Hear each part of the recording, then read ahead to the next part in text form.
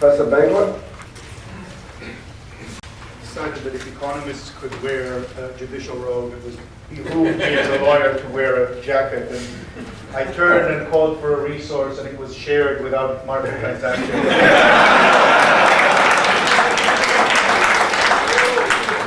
So far. The right. He's going to get that jacket back more used than it was before. Not well used. I think about halfway through the argument, he's going to start negotiating for it back. The property right created by what has been called up to now the commons, or as they miss them, is the property right to use this device that I own in ways that allow me to communicate to people.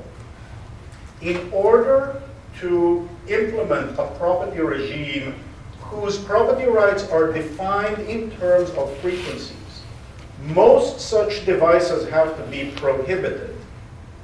A series of parameters of what can and can't be done and what can and can't be negotiated needs to be implemented as a basic definition of property rights, all surrounding the question of who can radiate with what equipment, defined in terms of frequencies.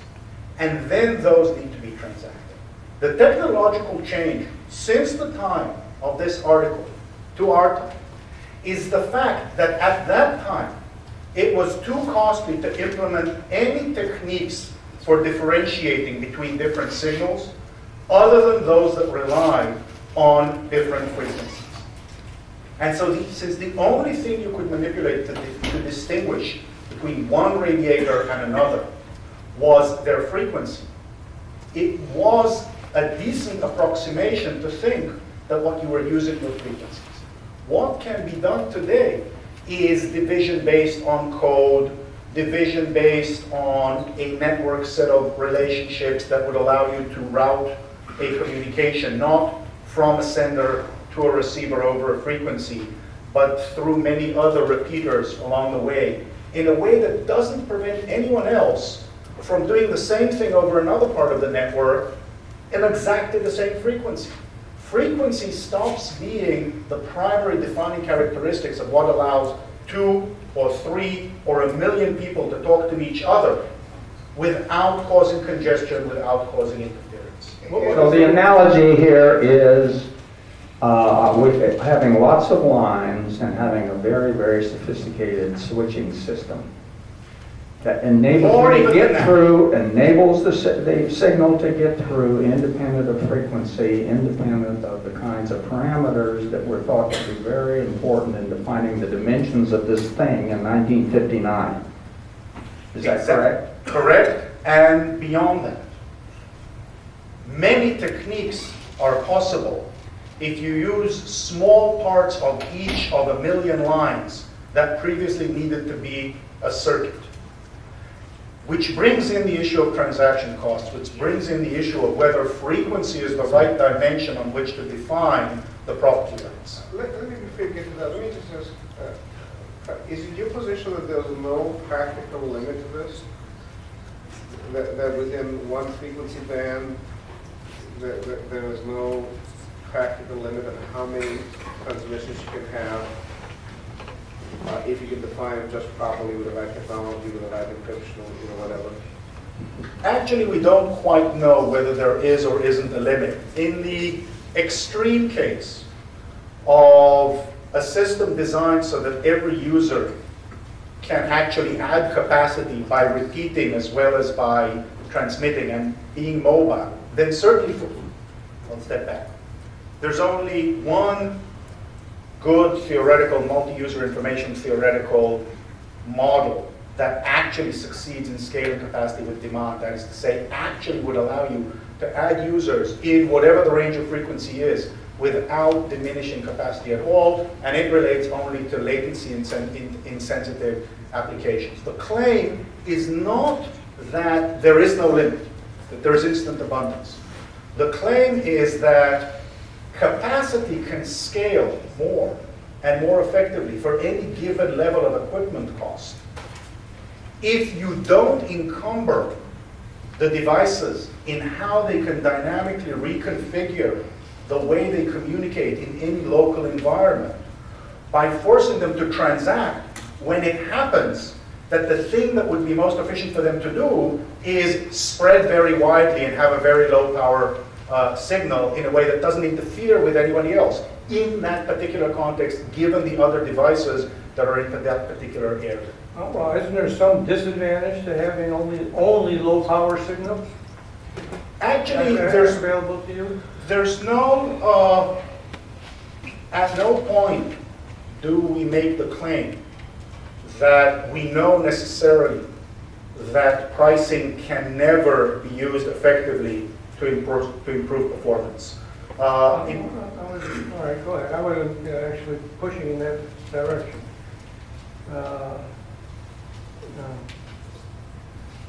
The system that you're talking about depends on these devices. These devices depend on non-interference. Non-interference is achieved by people doing certain things, broadcasting on low power, or having these repeaters, or whatever you want to call it. Okay, having those things is not free, right? And there's probably some advantage that nobody's told me here, okay, in having the ability to broadcast at a high power in a continuous way on a particular frequency, which you're giving up by going to this system. Is that correct or not? I speak in English. You do give up the possibility of radiating continuously at high power on a signal frequency. Yes. Okay. All right. So now, suppose that we accept. The claim is that that's an inefficient mechanism for communicating. Well, but not in all instances. Suppose the cost of putting these repeaters in is very high, or suppose you begin to get a lot of receivers gelling in at a particular location, which means that you got to broadcast on an ever lower power in order to have non-interference between these. It's not clear to me that this is a freebie. There's no claim that it's a freebie. Well, There's a claim that there's a market in the equipment itself that drives the investment in these mechanisms. now, if I own and you own rights to use a particular frequency, different frequencies, in the old sense of rights to use these frequencies, would we not seek out this system to use and maybe merge our frequencies in order to use the system you're talking about, if in fact that does lower the cost of communicating, or raise the value of communicating? There are actually two distinct components to the question of whether a system based on rights to radiate or a system based on frequency definition would be better. One is what we've been discussing up till now, which is, would a system based on rights to use devices subject to some minimal non-defection or non-interference restraints, would that system improve performance, improve welfare, which is a more complicated question and the right one we should be asking. Would it improve welfare or not? To that goes the question of transaction costs and the fact that in order to optimize capacity, you need to find out a lot of information about your neighbors and make a lot of transactions in order to aggregate the right level of frequencies. That's one question. Then there's the other question of assuming that we accept, and the amazing thing about today for the whole day has been that that part of it seems to have been roughly accepted.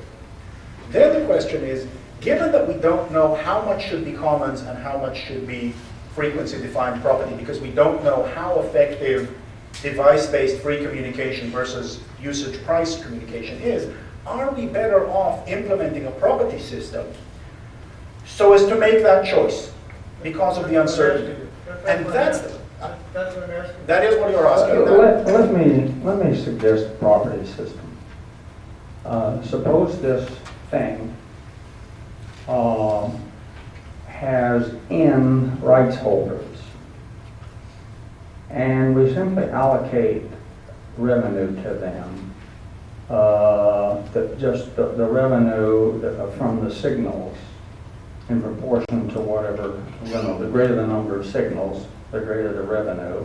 And we just allocated it 1 over n. Now, they wouldn't have to be equal, but suppose they are.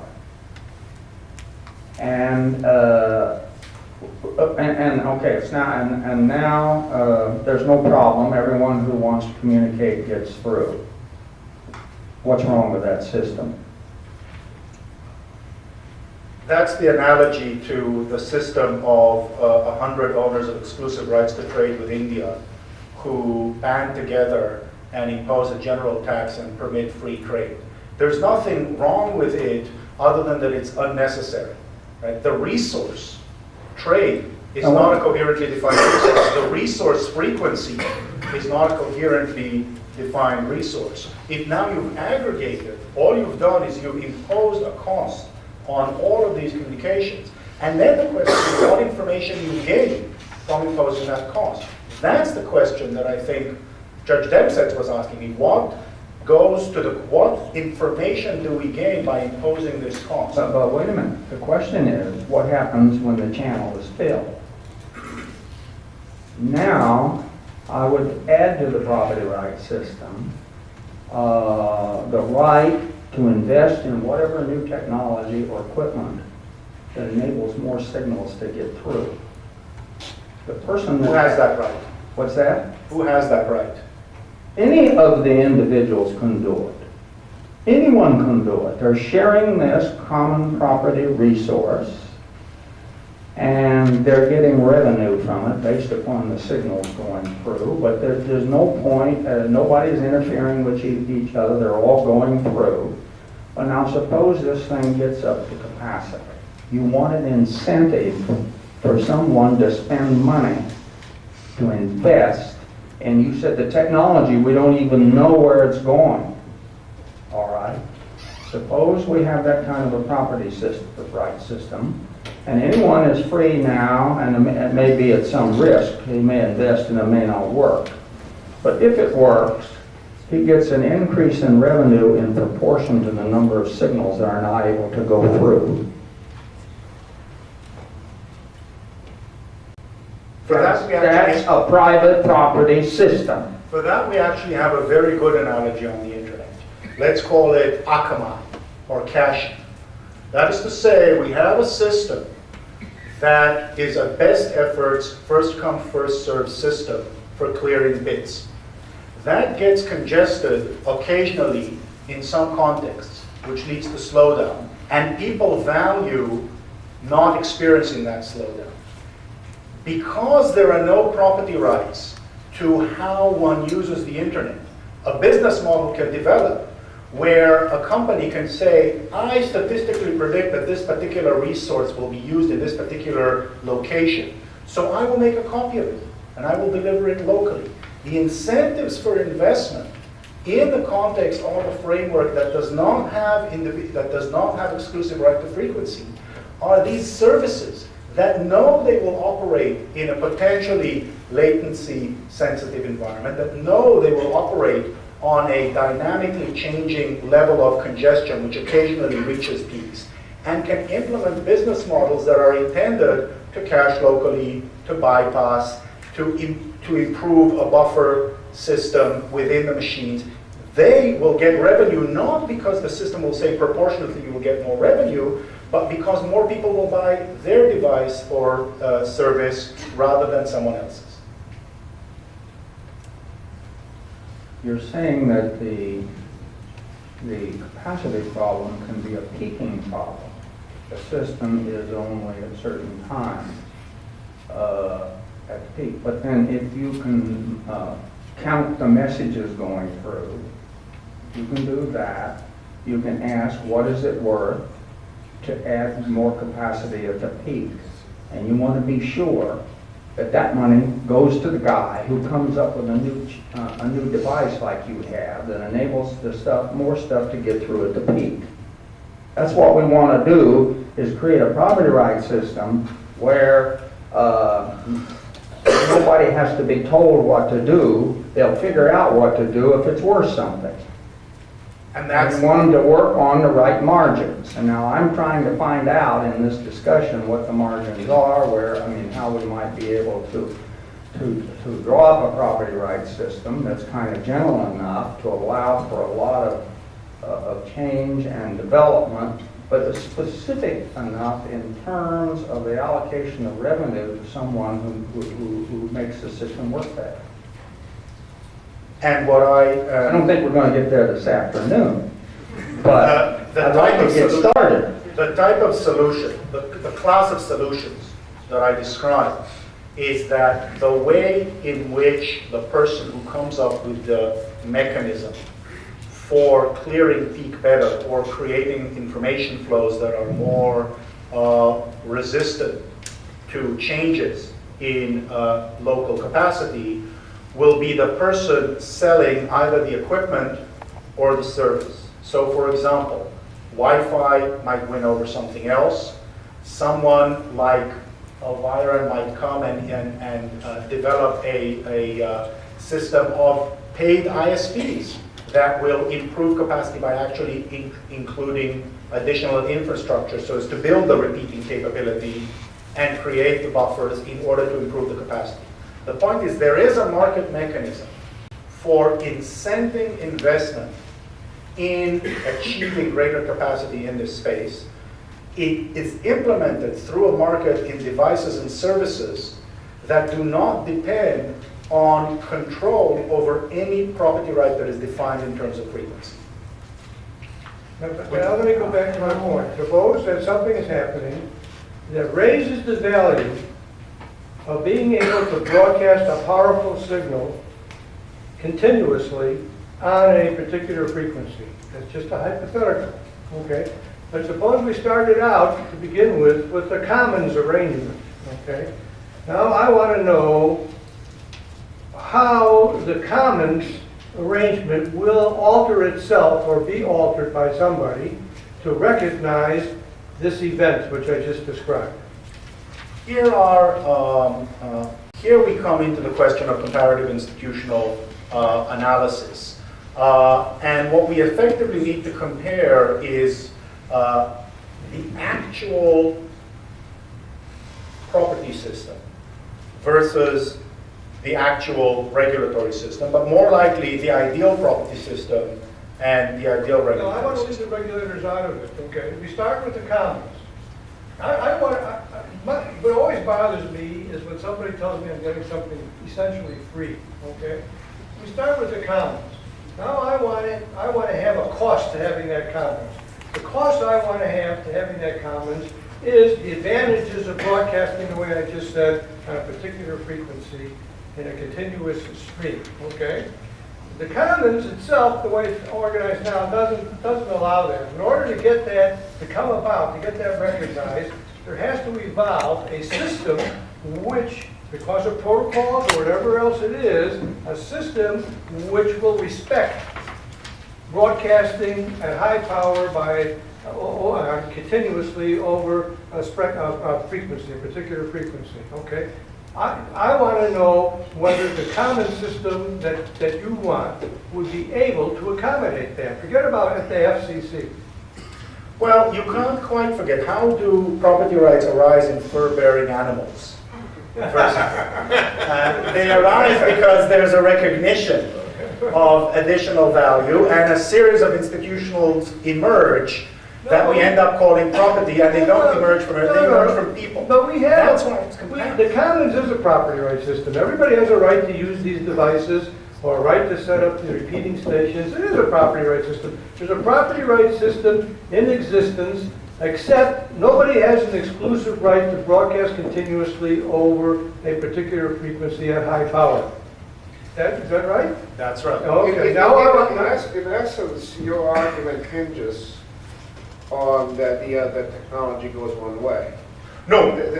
It's about comparative institutional. It's about comparative institutional efficiency. It requires us to understand the shortfalls of the property system's recognition of the non-frequency-based strategies and compare its shortfalls to a system that permits commons and retains some, and this is a hard question that needs to be solved that I don't think we've solved, either a regulatory mechanism, what I've actually suggested is a series of somewhere that's between a regulatory system and a public trust. The question, I think, Professor Dempsey asked, if you've got this freeway, everybody's still traveling along, all of a sudden you hear a siren. Somebody has to go through there on an emergency. So we have rules of conduct of how you do that. That use, which is a sort of non-cooperative use, we have a rule that tells us what happens. Everybody gets Nobody has the property right to do that, the ambulance driver does. right. And how do you introduce, once you go to your system, who has the power to introduce that use either temporarily or perhaps... Would it come about by voluntary negotiations between people with these devices that they're using? Those I actually think are two different questions. One question is, can you build protocols that will recognize temporary emergencies? I want my question. Your question was about the ability of commons to recognize stable, long-term competing uses that would require a reallocation of the property or a reconstruction of the property rights system. To which my response is the commons continues within some minimal regulatory or is built appeal to regulation. either to regulation or to a commercial Now let me non-property reverse basis. it. Suppose we start out with private rights to broadcast on particular frequencies with high power. And in fact, somebody invents all these devices, which means that you can do things without interfering that you couldn't do before. Would there be a self-generating mechanism within the private property rights system which would lead to its reorganization to take advantage of those devices? That depends on the divergence between the particular structure of the property rights that are incumbent and the structure of the resource use necessary by the new devices. The classic example in this case is the easement, the underlay easement that our opponents represent. Imagine that you could be perfectly efficient with ultra-wideband if you could only spread each of your signals to 10 gigahertz. But in order to spread to 10 gigahertz, you would need to negotiate with roughly 10,000 institutions, some of which have business models that would be quite threatened by ultra-wideband, not in the interference sense, but in the market competition sense. Some of which would simply be run by people who are not that competent and haven't quite sold yet to other people. That's the primary limitation. So the question, that's why I'm saying it's a comparative institutional efficiency question. The particular definition of the property rights in spectrum is sufficiently divergent from the efficient set of rights one needs in devices in order to make us very skeptical about the efficacy of a migration from a market in property rights defined in spectrum to a market defined in property rights in devices. Well, what if you had only one owner of the frequency spectrum, just for temporarily to get around your conflicting competitors here? I really don't think that's a serious problem, but we don't have time to go into it. Suppose you just had one owner of the frequency spectrum. Would he not want to change what he does to take account of these new devices that are being invented? That would depend. The primary constraint is not if all these things could be done within one allocation.